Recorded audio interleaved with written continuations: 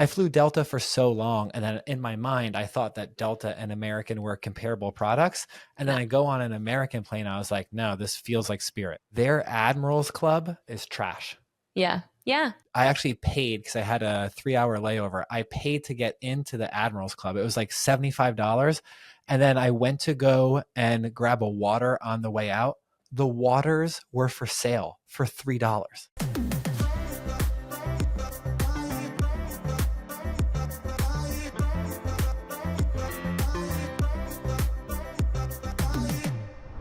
Hey travel nerds, how you doing? I hope you had an awesome Memorial Day weekend. I slept till 2 every day. What did you do? I took my dog to a dog beach, which always sounds like it's going to be this magical, fun thing, but she straight up terrorized the beach. There was this guy that she just got obsessed with, and he was pretty much hell bent on sleeping and tanning. And it seemed like every time that he fell asleep, Pippa would kind of get loose and go and like lick him. You don't go take So a nap at a at the dog dog beach. beach, Yeah, yeah. that's on you, You know dude. what?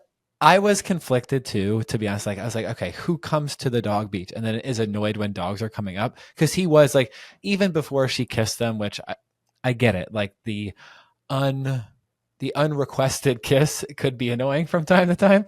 But you're at a dog beach, dude. Like you know what you're signing up for. You know what you're opting into. I didn't get why he was so bent out of shape. He's probably one of our listeners, and now he's not going to listen to us anymore. But It's just no, the I feel like beach people closest who to his house, but he hates dogs. Yeah, well, on the other side of the pier, there was a normal people beach. So I felt like if you don't want to be approached by dogs, don't come to the dog beach. I don't know. But Pippa was rude to him, and she did kind of terrorize the beach. If I saw a sign that said normal people beach, I would literally turn around and leave, assuming I'm not allowed to hang out there. Well, I would turn around, but for a different reason, where that's such a weird sign that I'll be like, this seems like the beginning of a horror movie. You know, those like horror movies that are done really bad, and you're like, no, don't turn left. And then you're like, they turn left. I feel like the normal people beach is the sign that you see, and it's like, oh yeah, this is us. And then at the on the other side of that sign is just like a horrible scene to a horror movie. What's the scariest movie you've ever seen? Um, you know what? I can't even answer because I never watch horror movies. I'm not going to pay money to be afraid.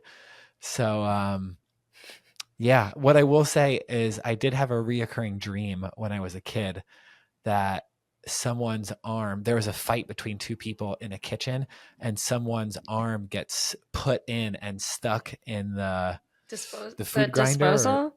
the disposal. Yeah. And I had that reoccurring dream as a kid No. for years. And I would always wake up like in a sweat, and I'm like, dude, it got me again. That was in one of the what's it called? Final Destination Is that right? movies. You've never seen those?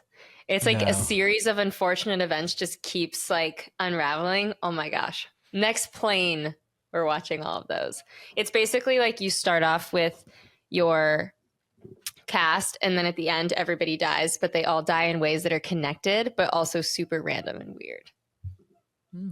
Sorry, that was niche. Actually, no, it's not. Anyone listening has seen a Final Destination movie. Okay, today I want to talk about something not scary, but a little switch up in the aviation industry. So, But before we get there, I will mm, talk about one thing was scary because it makes you feel how small that you are in the world. Sorry to cut you off, but I saw this thing on LinkedIn from FocusWire. Let me read you this stat. Expedia Group, Booking, Airbnb, and Trip.com spent in the first 3 months of the year a combined 4.08 billion with a B dollars on sales and marketing, which is basically building on last year's record year. $4 billion on ads is insane. is this like, and this I mean, it's a lump sum though. It's any type of physical advertising, digital marketing, like it's everything, right? Yeah, correct. But I mean, these brands typically a majority of this money is spent on Google search. So it's not on TV ads or print or anything like that. It's really primarily Google search. That's kind of insane. But it makes sense now that we know how much Google ads cost. Yes, Google ads are not cheap. You can ask our marketing department, which is also headed by producer Molly. $4 billion is a ton of money. So I wanted to wrap our heads around like how much this actually is just physically and like the earning, how long it would take you to earn that. So some random questions. But if you had $4 billion in $100 bills, how many school buses would you need to fill all of the money? Is that where I'm keeping it for safekeeping? Just in like Well, you have to take it 500,000 from school buses. you have to take it from the bank to, your house. I just buy a fleet of buses. I'm like, listen, this is the safest way. I park them all in like a hangar. Okay. Real answer. I'm gonna go with $4 billion. There's a lot of room in there. I'm gonna say 80,000 school buses. 80,000 school buses. That's actually an incredible guess. So basically, a school bus capacity can essentially hold 100,000 $100 bills. So if you were to work backwards from there, you would actually need 40,000 school buses to hold all of that money. Perfect. I don't even have to worry about getting the extra 40,000. Where was I gonna get all of them from? Because 40,000 is like a normal amount to buy in bulk, but 80 is just too much. It's too much. Okay. All right. If you had to work an hourly wage to earn $4 billion and you were making $500 an hour, which is just slightly above what you make here, how long would you need to work? How many years would you need to work, considering that the average year is about the average work year is about 2,000 hours worth of work? 10,000 years. It's not bad. It's not a bad one. I feel like you just looked at me like Shane Gillis too. You've watched Tires, right? Yeah. Okay. So $4 billion, that would take you 4,000 years if you were earning $500 per hour. That actually makes me sick to my stomach to think about how rich people can become just like overnight. Not that all billionaire stories are overnight, but like how much usually they're like decades. Yeah. Google this. How much does Kim Kardashian make every hour? Gemini says if Kim Kardashian takes home an estimated $80 million per year, she earns an average of $9,126 per hour. That's not bad. I'm so bad at math. That wasn't that bad. Last one, and then I'll get you out of this quiz hell that you currently live in. I know. Okay. I don't like it in here. Mom, pick me up. Right. If you were to lay out all $4 billion worth of $100 bills the long way, how many times would it wrap around the earth? I'm going to say it can wrap around the earth twice. You're close. You've had a lot of close guesses. Actually, the answer is 6 times. That's insane. That's insane. The earth is just tied with a little like money ribbon, a money bow. Imagine that Earth was tied in a money bow, and then like aliens, this may attract more of them too. Right. They're like a gift. Oh, Earth, money, nice, me take. Oh my gosh. I don't know if they're interested in Benjamins like that. Yeah. Benjamin is not their Frenjamin, No, that was bad. No, it was you bad. didn't. It was bad. All right, we have a real story for Right. everyone this week, and it happened with American Airlines. And there was a lot of us in the corporate travel world that basically were like, serves you right. So you could tell I'm a little salty, but Connor, why don't you go ahead and fill in the viewers about what happened with American Airlines? American Airlines fired their chief commercial officer, Vasu Raja, recently. And this decision comes after a Bain & Company report highlighted some issues with a new sales strategy.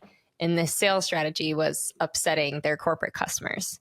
So the report linked this to lower revenue for the airline. And Raja has been overseeing this modern retailing program, which aimed to get more direct business, but ended up backfiring as corporate clients felt the tech systems couldn't support the changes. So, despite getting fired, American Airlines CEO still believes this sales strategy is the future. So, he's like, we're still doing this thing. Lest we forget the CEO of American Airlines we talked about on 3 episodes ago or something. That's a good one to listen to if you're interested in like buco bucks. Okay. So now let's talk about American Airlines' new strategy and where it went wrong and all that good stuff. So first, there's a major push in the airline world for airlines to reduce their distribution costs. And when American sells a flight on Expedia, they have to pay fees to the tech company that helped connect Expedia to American's direct website. So these companies are called GDSs. Global Distribution System is what that stands for. And Sabre and Amadeus are the 2 biggest ones. So at Allfly, we use Sabre. But when you shop directly on American's website, they don't have to pay the distribution fees or marketing fees at all. So now, a few years ago, the airlines banded together against the GDS companies, the Sabres and Amadeuses of the world, to come up with a new standard or way to sell their fares.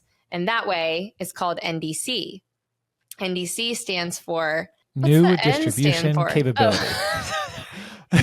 The N is definitely new. Yeah. That's hysterical.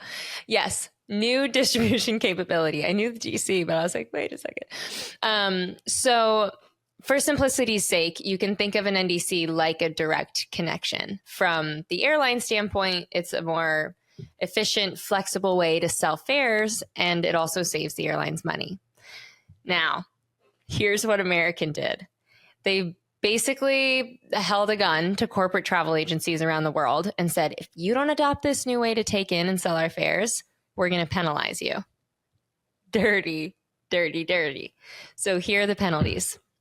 American started charging more for flights sold inside of the GDS, so sold through a Sabre or an Amadeus or what have you.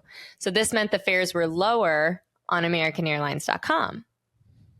You see what's happening here? This caused mass turmoil in the corporate travel world. To make matters worse, NDC is still a rather new technology, and there's a lot of technical problems and limitations with it.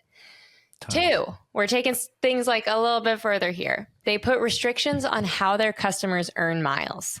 This was a huge, crazy thing that happened. We all found out about it basically through like a press release, like an American Airlines newsletter. Not a great way to learn this information. And we know, if anything, people love their miles. I don't blame them. I'm the same way. I'm almost, what am I almost? I'm not even going to bail you out here. You're almost Delta Diamond. You don't even deserve it. Which is so good. Anyways, okay. So basically, agencies had to jump through hoops in order to be preferred partners and allow people to still earn their miles for business. And corporate customers were forced to join their company loyalty program. And that was the only way that you could earn them. So American started making some routes only available on their website to make matters worse. And this just caused a horrible shopping experience for corporate customers. It created an absolute nightmare for company travel managers. And to what benefit? You know, I haven't really, this all just happened so recently that we're not really understanding the fallout or changes of it just yet. But the whole thing was executed super poorly. Basically, American thumbed their noses to their customers and reselling partners. And it took a few quarters, but eventually all of the turbulence affected the bottom line. So first, American removed all the screens in their seat backs. Does anyone remember that? Oh, I was so mad when that happened. It's just when I board a premium airline like a Delta, I flew Delta for so long. And then in my mind, I thought that Delta and American were comparable products. And then I go on an American plane. I was like, no, this feels like Spirit. My last American flight, and this is not, I'm not here to really, the whole thing. I'm not bashing, okay? This is public news. But I had a really bad experience last time I flew American. And the plane was like straight up from the 50s, I swear. It was like the first airline seat that was ever made. We were all sitting. And just as like business travelers, their Admirals Club is trash.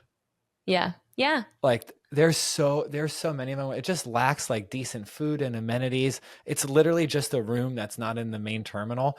When I was in Charlotte, I actually paid because I had a 3 hour layover. I paid to get into the Admirals Club. It was like $75.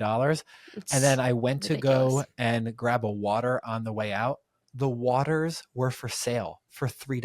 Oh wait, I was with you. And then we went to the Oh, buffet and it was like gnarly. Not to listen, yeah, we sound yes. like Yeah. such snobs being like, we were in the club and the croissants were not good. Like that sounds so annoying. But actually though, if you're playing the When you pay comparison game, $75, come on. When you pay $75 and you want to earn your customers loyalty, and right down the hallway is Sky Club, which, is really nice and beautiful. Like, you want to earn our dollars, you have to do better. I don't think that it's talking trash. I think that it's the reality that American Airlines created. It is not a premium airline. It's second to Delta and United in terms of customer experience. And then, so as they're falling out of premium, they're also making it harder for themselves to do business with. I think it's a really weird move. It's like making your product worse and then treating your customers worse at the same time. That's like not a great combination. definitely hard to do business with. Definitely like an assault on the corporate travel world. And Totally. all of this came to a head in late May when American let go of their chief commercial officer, ending 20 years with the airline, which is also crazy to fire someone that's been around that long. Just, I know, anyways. but the craziest part though, Con, I really think that the most nuts part is, imagine being like a 20-year person at the airline. When you work for a big company like that, you really have a very small way that you affect the business, right? And so for 20 years, he probably just kind of coasted and moved up. I don't know what his professional background is, but if he probably moved up through the ranks at American, and Mhm. he had this like big idea, and he was the one that championed supposedly a lot of these initiatives. Imagine for 20 years just kind of like riding the wave of everything and be like, I have our next big idea. And then your big idea flops and sucks and you lose your job. I mean, I don't feel sorry for these people because they're highly compensated executives, but that must be a crazy career experience of like, I put in my time, I kind of coasted, I rode the machine, and then I'm going to like put my stamp in my first big job, and then it just backfires and they have to fire me. That's a crazy career arc. And that's why people don't take chances in corporate America. They just attend the meetings, take notes, and move along. It's probably the smart path forward. Not everyone can be a mover and shaker, you know. Sometimes it Mm. goes south. But anyways, to wrap it up in a bow, the moral of the story is you have to care about your customers. Step one, above all else. And then you have to care about your partners. These people have been selling, American for how long? Decades and decades and decades. And then there's no forewarning. Out of the blue, all of this happens. And they just kind of treated everybody like crap, both travelers and partners. So, your actions have consequences. And when customers have a choice, they vote with their dollars. So, this strategy, I guess, is a move that American couldn't afford. Ooh, punchy way to end it, huh? Thank you. I wrote that. No. uh, I actually saw this crazy thing on. So this all went down. The airline industry is actually pretty active on LinkedIn, and there was a thread. I won't name names, but there was a thread, and in the comments section, the gentleman that ran this very large agency disclosed that he had a meeting with the American Airlines sales team, and his company does $1.5 billion in sales. And he asked American if that makes him a preferred agency. And they simply responded to him, no. So even if you drive why? that much business, because they wanted you to connect via NDC no matter what. So it was all about getting you to connect via NDC so they could avoid paying the distribution fees to American and Amadeus. So is anybody going to be a preferred partner? Or are they just saying that and then being like, Wasn't you. Sorry. Yeah, it was honestly a really bizarre move. Can you think of anything else, like any other brand that just kind of sabotaged themselves? Like I feel like American did. That's still around or that like flopped? Um, Blockbuster. Just kidding. Block. Well, there's a case to be made. Oh, so sad. RIP. Well, I wish you guys could hear like the bloopers of this episode because I just really fumbled my way through the whole thing. But I hope you learned something. You know, American Airlines, we're a little pissed at them at the moment. We'll keep updating you as things keep coming out and updates about their processes and what they're doing. But it's truly sad, Kenny. It's like you're such an important leader in the industry, and then you just decide to go absolutely rogue. Sad. Okay, this has been quite the ep. You guys have a fantastic day, and I miss you. Later, nerds.